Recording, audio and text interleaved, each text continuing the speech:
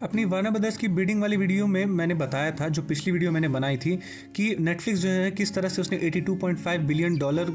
की बिडिंग को प्रेजेंट करके पैरामाउंट और कॉमकास्ट को पीछे छोड़ दिया है। लेकिन उससे पहले मैंने एक वीडियो बनाई थी जिसमें मैंने ये कहा था कि पैरामाउंट जो है कसम खाकर बैठा है कि वार्नर ब्रदर्स को खरीदेंगे तो हम ही, वरना किसी और को खरीदने नहीं देंगे। ये बात मैंने फन वे में बोली थी, लेकिन ऐसा लगता है कि पैरामाउंट स्टूडियोज जो है वो इस बात को इतना सीरियस ले चुके हैं कि मानो वो कसम खा चुके कि हाँ, अब वाकई में वार्नर ब्रदर्स को जो खरीदेगा वो हम ही होंगे, वरना हमारे अलावा हम ये किसी को भी नहीं करने देंगे। ऐसा क्यों है कि जहां पर नेटफ्लिक्स ने अभी कुछ दिनों पहले 82.5 बिलियन डॉलर की डील को वार्नर ब्रदर्स के सामने प्रेजेंट करके ऐसा दिखाया कि अब उन्होंने बाजी मार ली है, और आसपास का माहौल भी ऐसा सेट हो गया था कि हमें भी लग रहा था कि अब वार्नर ब्रदर्स के अगले करता धरता जो है वो नेटफ्लिक्स होने वाले हैं। लेकिन इस चीज को गलत साबित करते हुए पैरामाउंट स्टूडियोज ने अपनी जिद को प्रूव किया है, और अचानक से उन्होंने एक वाइल्ड कार्ड बिडिंग को प्रेजेंट किया है। पैरामाउंट ने अपनी एक वाइल्ड कार्ड बिड को प्रेजेंट करते हुए वार्नर ब्रदर्स को एक नया ऑफर दिया है, जो कि है 108 पॉइंट समथिंग बिलियन डॉलर्स का। मेरी बात को ध्यान से सुनिएगा, 108 पॉइंट समथिंग बिलियन डॉलर्स, यानी कि 100 बिलियन डॉलर से भी ज़्यादा की ये बिड जो है अब आगे बढ़ चुकी है, और इस टाइम पर ये एक मीडिया सेंसेशन न्यूज़ बन चुकी है, क्योंकि इससे पहले इतनी बड़ी डील किसी तरह के स्टूडियो ने किसी भी दूसरे स्टूडियो को एक्वायर करने के लिए कभी भी प्रेजेंट नहीं करी है। यहाँ तक कि नेटफ्लिक्स ने जो 82.5 बिलियन डॉलर को प्रेजेंट किया था, लग रहा था कि पैरामाउंट जो है अब इसके आगे नहीं जा सकता, और वार्नर ब्रदर्स ने भी पोस्ट करने स्टार्ट कर दिए थे कि अब जो है नेटफ्लिक्स वार्नर ब्रदर्स के साथ अपनी बातचीत को आगे बढ़ाएगा, और जो भी डील्स और जो भी कॉन्ट्रैक्ट्स हैं उन सबको लेके आगे डिस्कशन किया जाएगा कि क्या क्या न्यू डिसीजन उन्हें लेने हैं, क्या क्या कॉन्ट्रैक्ट बनाने हैं। लेकिन अचानक से पैरामाउंट स्टूडियोज ने अपनी जिद को सामने रखते हुए जो नई हॉस्टाइल बिड को प्रेजेंट किया है, ये बात क्लियर है कि पैरामाउंट स्टूडियोज जो है ये वाकई में बहुत ज़्यादा सीरियस हैं वार्नर ब्रदर्स को एक्वायर करने के लिए। बिकॉज कोई भी कंपनी क्यों ना, वार्नर ब्रदर्स खुद एक टाइम पे एक इतना बड़ा ब्रांड था कि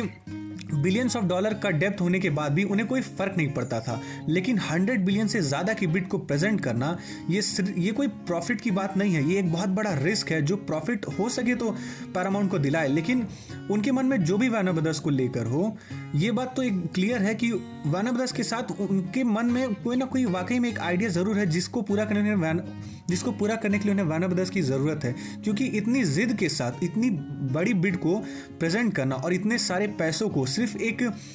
फ्रेंचाइजी को एक्वायर करने के लिए, हालांकि वार्नर ब्रदर्स एक नॉर्मल फ्रेंचाइजी नहीं है, वो एक बहुत बड़ी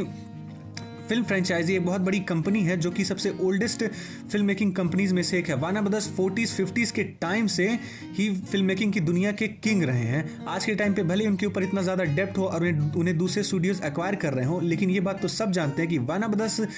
की मूवीज़ जो है आज भी उनका क्रेज़ इस तरह का है कि जिस भी स्टूडियो ने इसको एक्वायर किया है, या तो उसे इसका प्रॉफिट हुआ है या तो बहुत ही ज़्यादा लॉस झेलने को मिला है। और मैक्सिमम केसेस में ये हुआ है, पिछले एक दशक से वार्नर ब्रदर्स जो है वो लॉस फेस कर रहे हैं, लेकिन उससे पहले का दौर जो है